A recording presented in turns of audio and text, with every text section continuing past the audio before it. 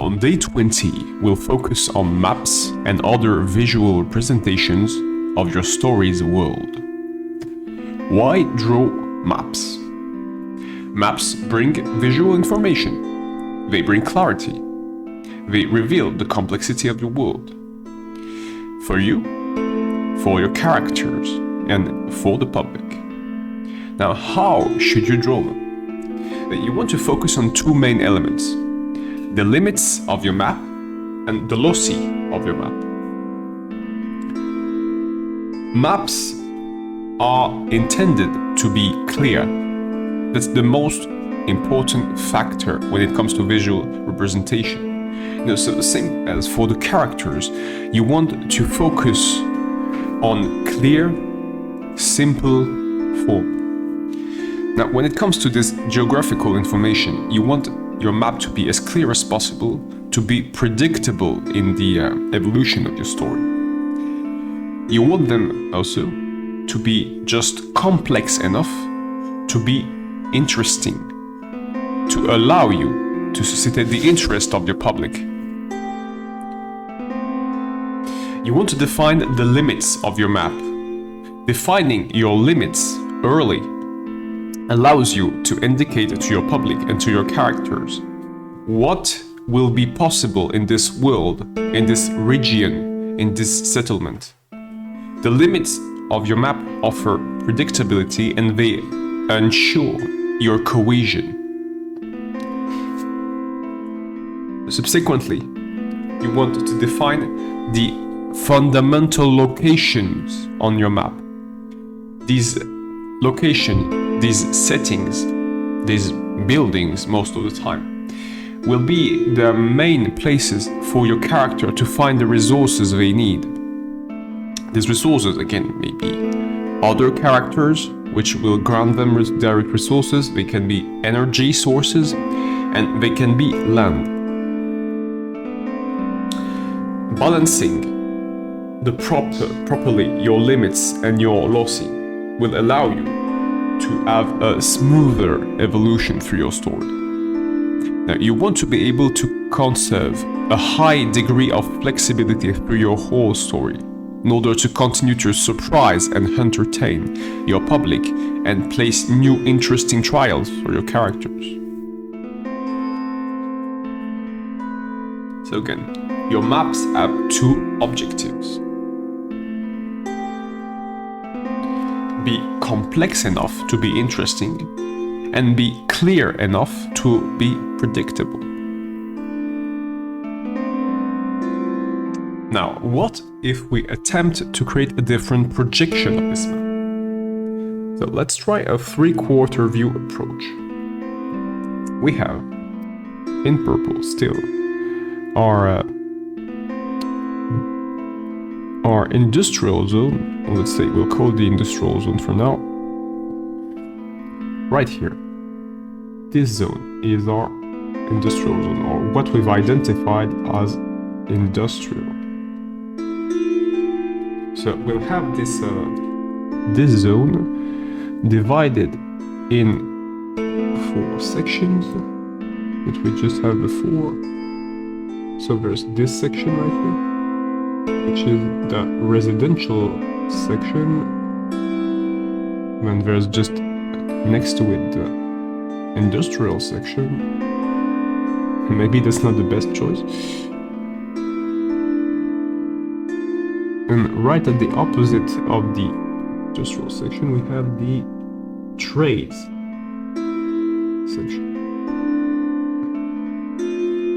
So the projection is intending to approximate the different distances here, so we can establish which zone corresponds to which specific hues. So we have our blocks here, our large blocks, and it's really literally blocks for this part of the world.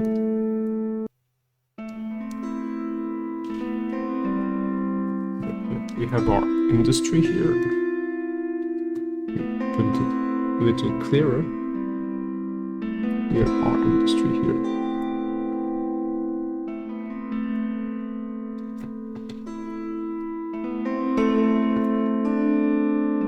which is in itself separated, you know, in different sections. You know, for example, here we have some form of specialized worker here. We have another kind of specialized worker here. Then we have our paths, which allow us to connect all our industrial divisions. We have our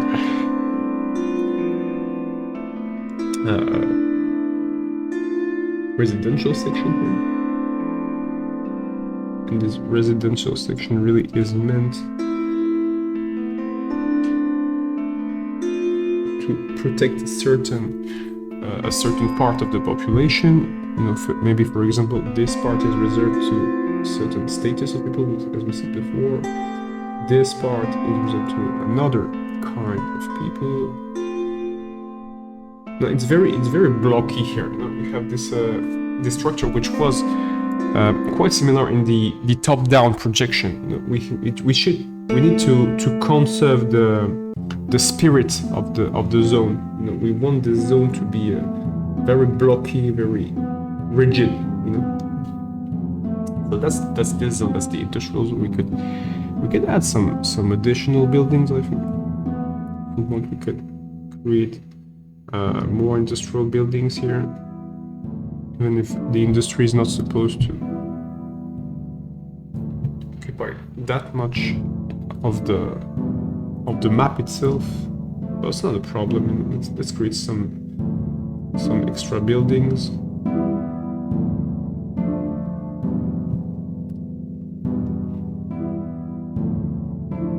And your maps really, they're just meant to give you an idea, you know. They're just ideal representation of what your world will be, what your world will look like.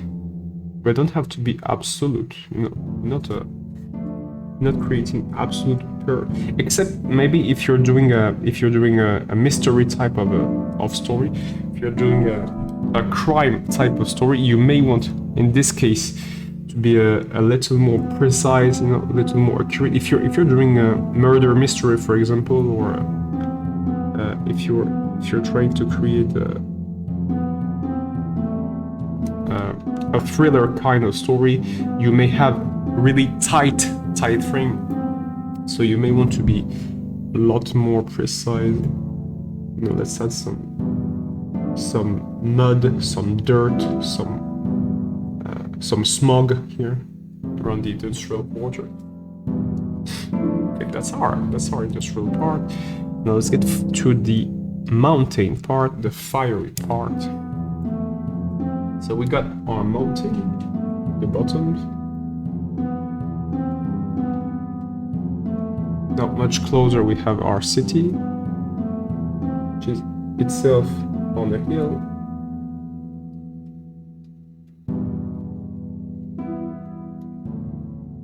No, not respected that much here, but no, that's just enough to be able to realize how differently the perception may change when you start to project what you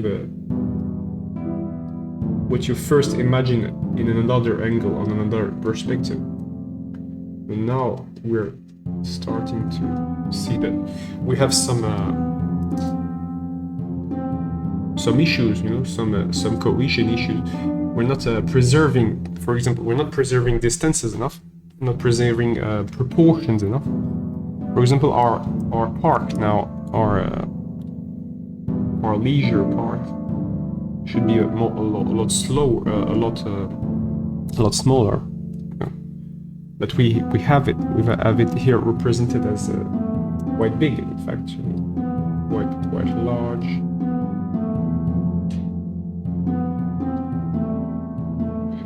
We have the possibility now, because we're changing the perspective of representing this part of the world in a very different manner. For example, now we have the possibility to represent it as a large maze of spheres, you know, which was not the way it was represented before.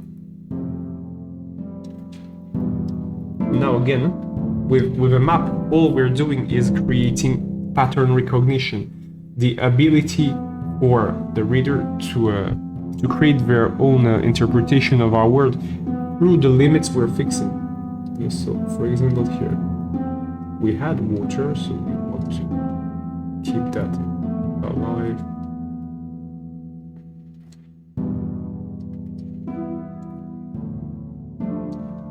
Because that's essential. And then we may want to re-implement the maze we've established between those different platforms. Just, for example, like so. Maybe it will be a little more rigid, depending on what you're intending to create.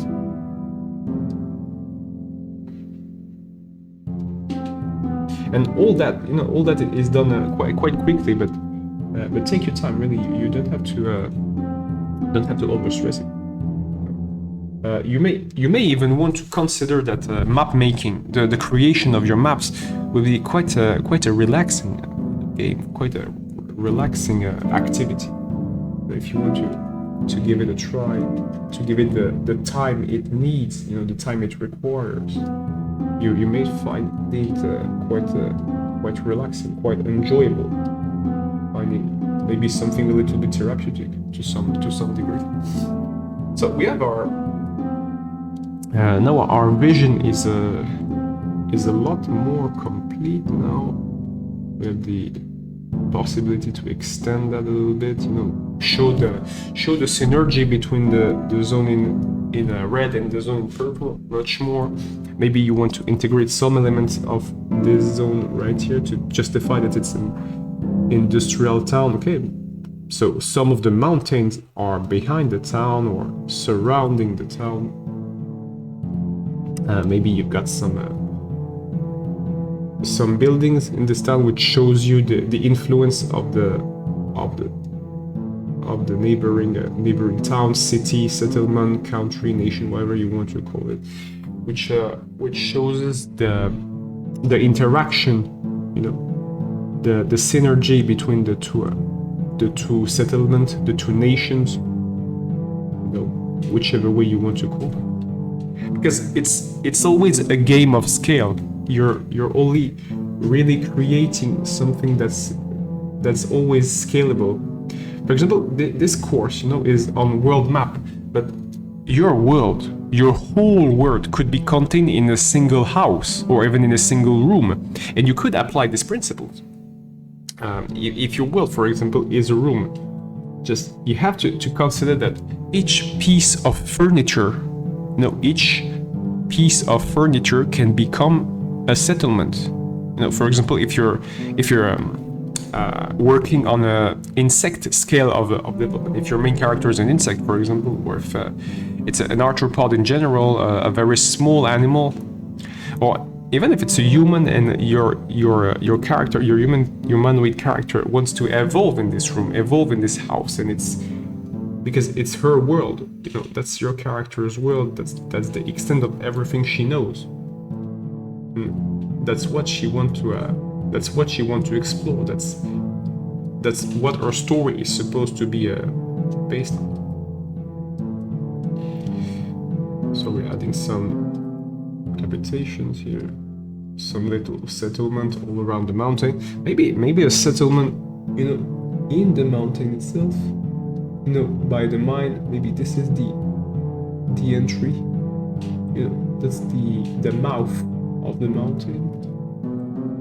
A little high. And now for the last part, for the archipelago, we need a lot more space because it's in the forefront. So we're limiting that already. And now we have this, imagine we have this bay, this large bay, and in the bay itself we have this, we have that, we have all the little possibilities now we have here,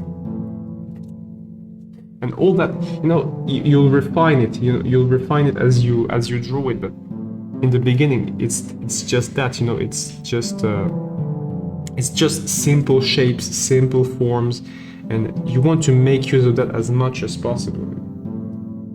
Maybe a part of the archipelago is passing under the green park, the green leisure park.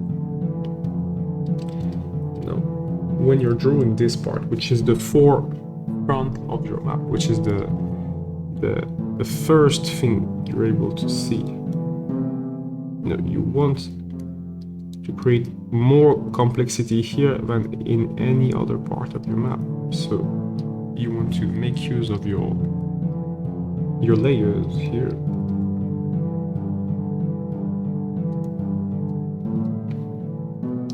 Maybe this part. Here, for example, you have our icy parts. That's an iceberg, for example. That's the iceberg part of your island, of this island. Say that we're only viewing the top of this part, and then behind it we have this much more tropical kind island, but with some icy parts. With some icy leaves here, for example. Here, it's deeper, just around. And we're guessing for now. We're really we're trying to establish what looks the most aesthetic, what looks the most agreeable, but we haven't thought much about the utilitarian part of the map. It has to be aesthetic, it has to be agreeable to watch. Otherwise, people will not want to just explore your world at all. And to some extent, we haven't put much effort in creating the utilitarian structure. Now that's impossible, because the very moment that you start to create your map, you start to define a structure, but the main focus here was to create a map which was clear, which was if it was clear, it was to some extent enjoyable to watch. Now, maybe I'm adding a little bit too much of complexity to this map. I'm really not respecting the schema I had just before. You can put it to scale, you can really put it in a 3D editor, for example, like Blender, and you can just create your top-down view and then review it in 3/4. You can do all of that, but if you just want to draw simple maps, because and you realize that this map is already extremely complex, because we have these bushes here, which are representing our jungle part, you spread them a little bit here, a little bit there.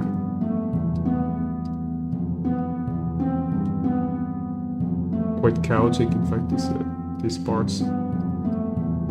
But if you want a much more accurate 3D representation, for example, or a much more accurate representation around all angles, you can model all that in 3D. In fact, I'd recommend it really if you want something. If you're planning to use a world for something like 10 years or 15 years, you may want to represent your world in 3D. That would be the most sustainable way to represent your world. But if you're just trying for now, if you're just writing one book and you say, well, okay, this world is interesting, but I don't think I'm going to use it for very long, just draw it. Just draw it like this, top-down view, because top-down is the easiest way of representation, is the most common one. And then try to do it in the 3/4. It's a real exercise to see that if you're able to preserve the proportions, if you're able to preserve the distances, or really it's just the opportunity for you to see your world with a different angle. Look at that. It's now we see that the archipelago is not an archipelago at all. It's just a maze of islands, which is extending from the first thing we see on on the image, and it's invading the rest of the image. You know, it's going through all the other worlds. It's spreading. It's tentacular. You know, spreading to the red world, to the purple world, under the green world, and you make use of it. And you know, finally, you have two different maps. You know, if you're able to represent your world in top-down view and then project it in three-quarter view, you have two maps for your world, and then you pick the one you prefer, or you make use of these two maps in one world, but to see it in two different ways. So now that's the main principle we have to get from these two projections. You want to start in top-down, and then you want to try to project your world, because it gives you the possibility to have new choices. That's all about experimentation.